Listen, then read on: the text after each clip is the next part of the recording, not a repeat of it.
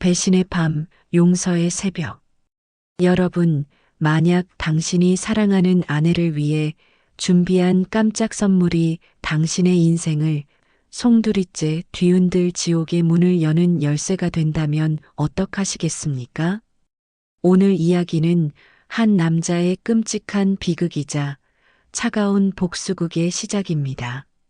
하지만 그 끝은 단순한 복수가 아니라 용서와 평온으로 이어지는 길고 고통스러운 여정이며 자기 자신과의 처절한 싸움입니다. 이 이야기는 배신의 고통 속에서 피어나는 용기의 꽃, 그리고 진정한 평화를 찾아가는 인간의 고독한 투쟁을, 그 모든 세부적인 고통과 해방의 순간까지 상세하게 그려봅니다.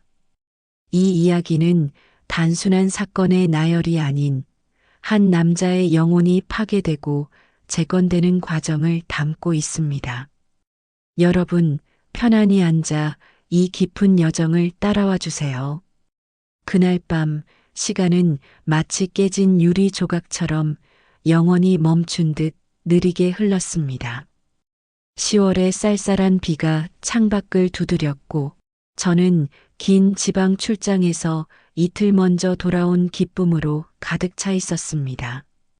저는 아내 수진이와 6살 딸 하은이에게 깜짝 선물을 해주고 싶었습니다. 제 손에는 딸이 좋아하는 애니메이션 캐릭터 인형과 아내가 가장 아끼는 이탈리아산 스카프, 그리고 그녀가 좋아하는 프랑스산 샤토마고 와인이 들려 있었습니다. 설렘 가득한 마음으로 현관문에 다가섰지만 이상하게도 문은 잠겨 있지 않았습니다. 저는 불길한 예감을 떨치려 애쓰며 문고리를 돌려 살짝 밀자 낡은 경첩 소리와 함께 문이 사르륵 열렸습니다. 거실의 노란 불빛은 평소처럼 따뜻했지만 코끝을 찌르는 낯선 남자의 강하고 날카로운 우디 계열의 향수 냄새가 모든 기대와 희망을 단숨에 앗아갔습니다. 심장이 쿵쾅거리는 소리가 귀를 때렸고 저는 본능적으로 숨을 멈춘 채 마치 유령처럼 집 안으로 들어섰습니다. 저는 천천히 복도를 따라 걸어 침실 앞에 섰습니다. 침실 문이 벌컥 열렸을 때 수진이는 몸에 샤워, 타월 한 장만 겨우 두른 채 저를 본 순간 공포와 경악으로 질려 얼어붙어 있었습니다. 그녀의 눈빛은 불안정하게 떨리고 있었고 그 눈빛은 모든 것을 말해주는 명백한 증거였습니다. 제가 무슨 말을 묻기도 전에 뒤쪽 안방, 화장실 문에서 한 남자가 셔츠를 허겁지겁 움켜쥔 채 그림자처럼 튀어나와 거실 쪽 화장실 안으로 황급히 몸을 숨겼습니다. 뒤이어 철컥 문이 잠기는 소리는 제 10년 결혼 생활에 대한 사형 선고와도 같았습니다. 모든 것이 끝났음을 알리는 잔인하고 끔찍한 종소리였습니다. 저는 제가 서 있는 이곳이 지옥의 입구라는 것을 깨달았습니다. 저는 그 충격과 배신감에 무너지는 대신 이상하게도 극도로 차분해졌습니다. 제 손에 들려있던 와인병이 바닥에 떨어져 산산조각 났지만 저는 그 소리마저 들리지 않았습니다. 저는 소파 옆에 떨어진 회계팀장, 김영철이라는 글자가 새겨진 사원증이 든 두툼한 검은색 가죽 지갑을 주워들었습니다. 그 이름 석자는 제 머릿속의 분노를 차가운 얼음처럼 응축시켰습니다. 저는 여기서 소리를 지르거나 폭력을 쓰는 것은 저 자신을 추하게 만들 뿐이며 오히려 그들에게 빌미를 주고 이 상황을 진흙탕 싸움으로 만들 것이라고 생각했습니다. 저의 복수는 그들의 죄가 그들 스스로를 파멸로 이끌게 하는 침묵의 설계여야만 했습니다. 수진이는 떨리는 목소리로 오해해요. 아무것도 아니에요. 당신이 생각하는 그런 거 아니에요. 제발 믿어줘요. 나 정말 미쳐버릴 것 같아요. 라며 끔찍한 거짓말로 눈물을 쏟아냈습니다. 저는 그녀의 눈을 똑바로 바라보지 않고 아무 감정 없는 무감각한 목소리로 말했습니다. 나가서 옷이나 입어. 그리고 내 눈앞에서 사라져. 잠시 후 김영철이 화장실에서 문을 조심스럽게 열고 나왔을 때 저는 그를 보지 않고 단호하게 명령했습니다. 나가. 5분 안에 이 집에서 사라져. 그리고 내 인생에서 영원히 사라져. 오늘 밤 내가 마음 바꾸기 전에 내 손으로 널 찢어놓기 전에 사라져. 그는 쥐 죽은 듯이 가방을 챙겨 도망쳤습니다. 그가 사라진 후 저는 수진에게 오늘은 아무 말도 하지 마. 내 입에서 나오는 모든 말은 거짓말일 뿐이야. 방에 들어가 쉬어. 나도 생각할 시간이 필요해. 라고 말했습니다. 그날 밤 저는 하은이의 침실 문 앞에 서서 잠든 딸의 평화로운 얼굴을 오랫동안 바라봤습니다. 제게 남은 유일한 가치는 딸이었고 저는 제 이성과 침묵만이 이 잔인한 상황에서 딸의 평화를 지킬 유일한 무기라는 것을 깨달았습니다. 저는 동이 틀 때까지 거실 소파에 앉아 차가운 복수의 계획을 한치의 오차도 없이 머릿속으로 설계하고 또 설계했습니다. 다음 날 아침 수지는 어색한 미소와 끊임없는 불안감, 그리고 죄책감으로 저를 대했습니다. 그녀는 저에게 아침 식사를 권했지만 저는 입맛이 없다며 형식적으로 거절했습니다. 저는 평소와 다름없이 차분한 태도를 유지하며 그녀의 경계심을 완전히 무너뜨리려 노력했습니다. 나 오늘 중요한 회의 때문에 잠깐 나갔다 올게. 점심때쯤 돌아올 거야. 신경 쓰지 마. 그녀는 제가 화가 풀렸거나 혹은 이혼을 피하고 싶어 한다고 오해하는 것이 분명했고 그 오만함이 제 복수를 위한 완벽한 발판이 되었습니다. 그녀가 출근하자마자 저는 즉시 움직였습니다. 저는 미리 준비해둔 고화질 초소형 카메라를 꺼내 거실 책장 구석, 그녀가 자주 휴대폰을 두고 김영철과 통화하는 쪽을 향해 교묘하게 설치하고 작동시켰습니다. 그 작은 렌즈는 이제 저의 눈이 되었고 저는 진실의 증인을 확보하며 복수의 돛을 올렸습니다. 저는 스스로에게 나지막이 속삭였습니다. 내가 배신을 선택했다면 난 세상에서 가장 잔인하고 냉혹한 진실을 선택하고 너의 모든 것을 무너뜨리겠어. 며칠 동안 저는 조용한 사냥꾼처럼 그들의 작은 실수와 대화 하나까지 모두 포착했습니다. 밤마다 녹화된 영상들을 확인할 때마다 제 안의 분노는 차가운 얼음처럼 응축되었습니다. 영상 속에서 그들은 계속 연락하고 있었고 심지어 다음 주말에 딸에게 회사 워크숍이라는 거짓말을 하고 이틀 동안 바다 여행을 떠날 계획을 세우고 있었습니다. 그들의 뻔뻔함과 이중적인 오만함은 제 복수를 더욱 정당화시켰습니다.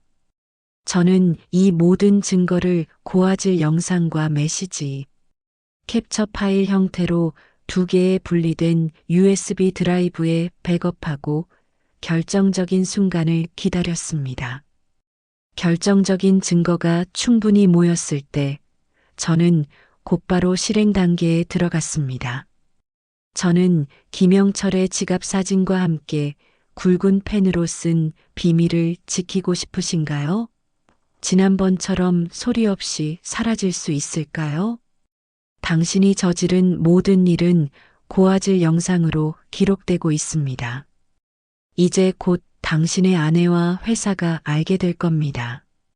라는 메모를 익명으로 수진의 휴대폰에 보냈습니다. 그리고 김영철에게도 동일한 메시지를 그의 회사 이메일로 발신 예약했습니다. 그날 밤 수진이는 베란다로 뛰쳐나가 김영철과 히스테리컬하게 통화했고 저는 거실 소파에 앉아 그들의 공포에 찬 목소리를 들으며 복수의 첫 번째 성공을 자축했습니다. 그들의 관계에 두려움과 불신, 그리고 죄책감이 스며들기 시작했다는 것을 확신했습니다. 저는 주말이 되기 하루 전 회사에 급한 가정사가 있어 휴가를 내야겠다고 거짓말을 했습니다. 그리고 그들이 예약한 리조트에서 가장 가까운 맞은편 호텔의 객실을 예약했습니다. 저는 그들이 도착하기 몇 시간 전에 미리 가서 그들을 기다렸습니다. 저는 그들이 함께 찍힌 호텔 사진, 불륜을 암시하는 메시지 사본, 그리고 김영철의 회사 생활에 결정적인 타격을 줄 수 있는 익명의 투서 초안이 든 봉투를 준비했습니다. 저는 봉투에 당신의 배우자에게 보내는 마지막 경고라고 쓴 뒤 벨보이에게 넉넉한 팁을 쥐어주며 이건 부부에게 도착한 특별하고 비밀스러운 서프라이즈 선물입니다. 반드시 그들의 방으로만 전달해 주세요. 절대 내용물을 보아서는 안 됩니다. 라며 익명으로 그들의 방에 전달하게 했습니다. 저는 아래층 카페에 앉아 따뜻한 커피를 마시며 그들의 리조트 창문을 바라봤습니다.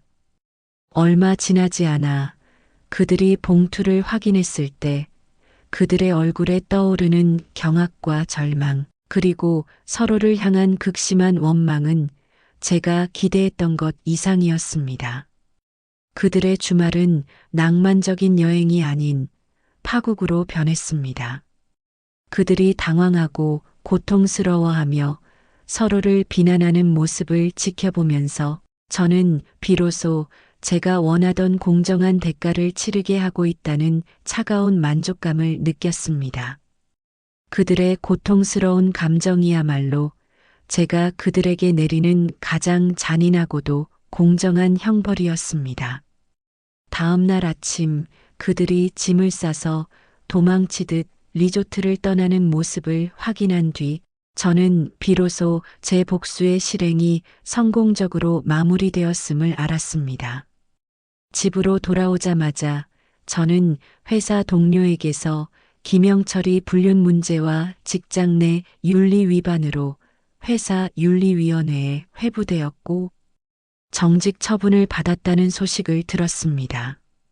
제가 직접 폭로할 필요도 없이 그들의 두려움과 내부의 갈등, 그리고 그들이 스스로 감당하지 못한 죄책감이 그들 자신을 파멸로 이끈 것입니다. 모든 것이 제 계산대로, 아니, 제 계산보다 더 완벽하게 흘러가고 있었습니다. 그날 오후 수진이가 돌아왔습니다.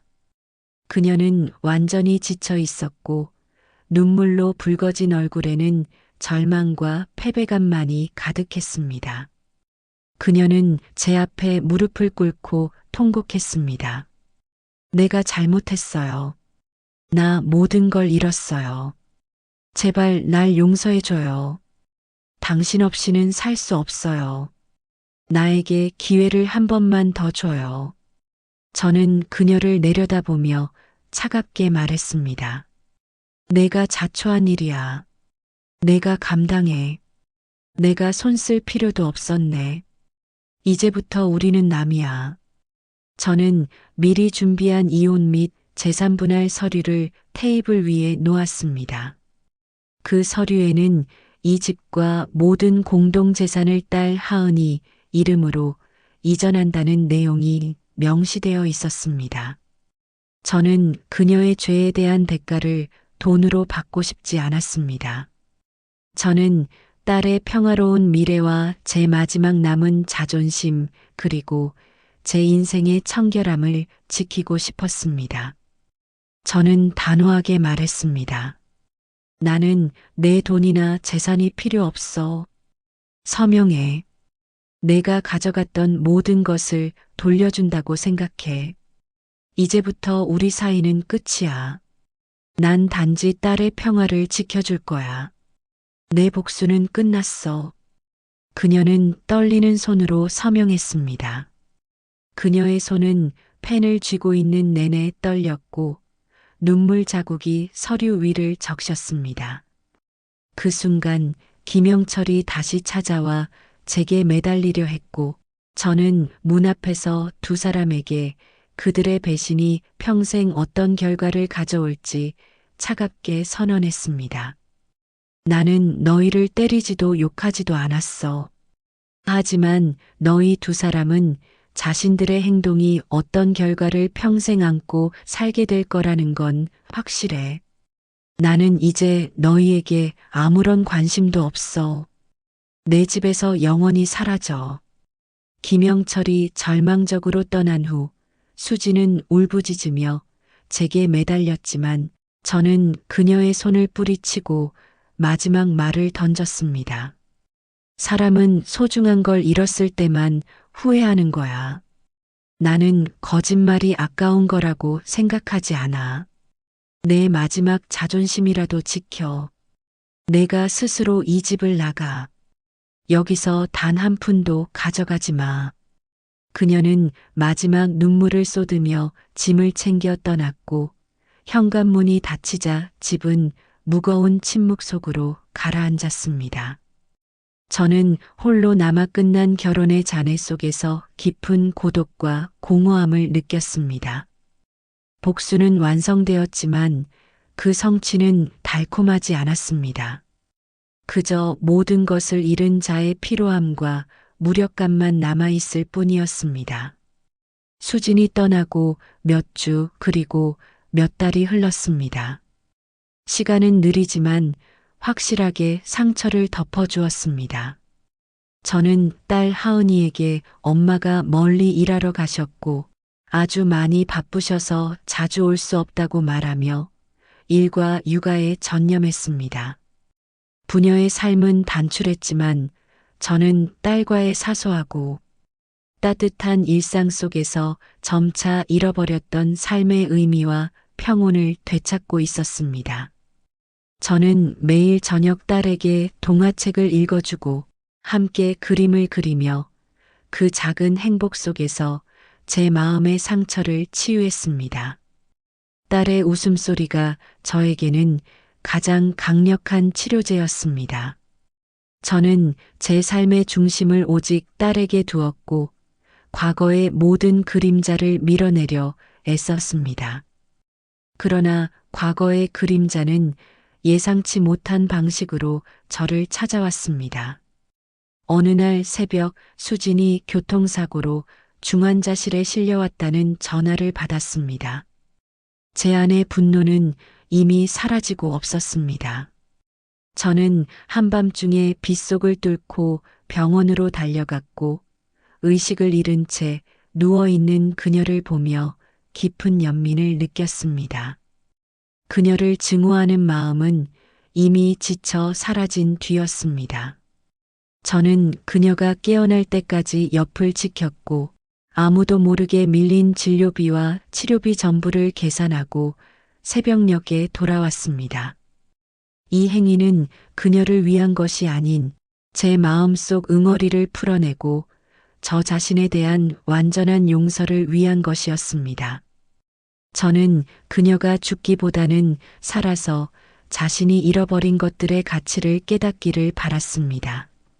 며칠 후 저는 딸이 크레파스로 그린 그림 속에서 엄마의 모습을 보았습니다.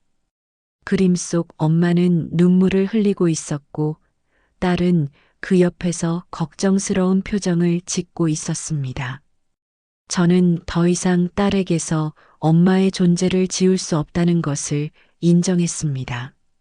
아이에게는 엄마가 필요했고 저는 그 사실을 외면할 수 없었습니다. 저는 마침내 딸의 행복을 위해 그리고 제 마음속의 평화를 위해 제가 할 수 있는 가장 어려운 용서의 결단을 내렸습니다. 저는 수진에게 짧은 문자를 보냈습니다. 주말 오후 3시 호수공원 카페에서 하은이 만날 수 있어. 만남은 1시간으로 제한할 거야. 이후에는 다시 연락하지 마. 약속한 날, 아이는 엄마를 보자마자 달려가 품에 안겼고 두 모녀는 소리 없이 눈물을 흘렸습니다.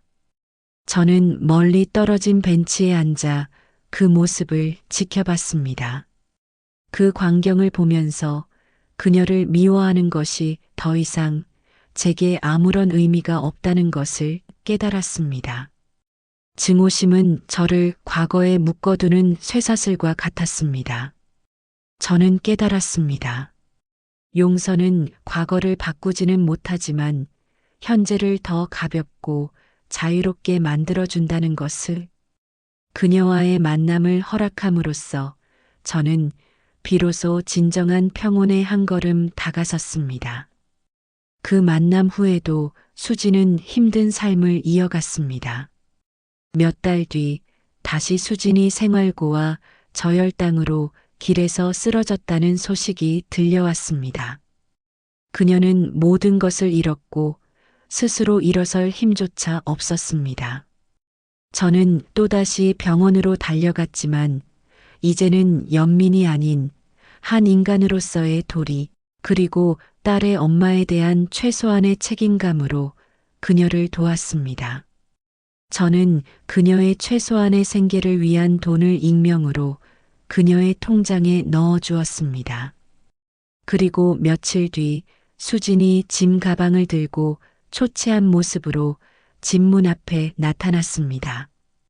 갈 곳이 없다는 그녀의 말에 그리고 뒤에서 자신을 쳐다보는 딸의 간절한 눈빛에 저는 그녀를 단호하게 거절할 수 없었습니다. 제 이성과 감정이 격렬하게 충돌했지만 저는 딸의 행복을 선택했습니다. 알았어. 들어와. 오늘 밤만 머물러. 내일 아침에는 떠나야 해. 다시 돌아올 생각은 마. 이 집은 내 집이 아니야. 그녀는 하룻밤을 머물렀습니다. 그 밤은 길고 어색했지만 딸의 존재는 모든 긴장을 누그러뜨렸습니다. 다음 날 아침 그녀는 딸을 위해 마지막으로 정성껏 아침 식사를 준비해 준 뒤 저에게 고개 숙여 진심으로 용서를 구하고 눈물로 작별 인사를 하고 떠났습니다. 저는 그녀의 뒷모습이 골목길을 따라 완전히 사라질 때까지 오랫동안 현관에 서서 바라봤습니다. 가슴은 먹먹했지만 이제는 미움이나 분노가 아닌 평화로운 체념만이 남아 있었습니다. 복수심의 불꽃은 꺼졌고 그 자리에 잔잔한 연민과 평화가 깃들었습니다. 저는 마침내 깊은 숨을 내쉬며 스스로에게 속삭였습니다. 더 이상 붙잡을 것은 아무것도 없지만 적어도 딸과 나 자신을 위한 마음의 평온은 남아있구나. 배신의 밤은 끝났고 저는 용서와 평온이라는 새벽을 맞이했습니다. 저는 앞으로의 삶에서 딸과의 단출하고 따뜻한 일상 속에서 가장 소중한 가치를 지키며 그 누구에게도 흔들리지 않는 굳건한 평화를 유지하며 살아가게 될 것입니다. 저의 긴 고독의 여정은 끝났고 저는 비로소 진정한 의미의 자유를 얻었습니다.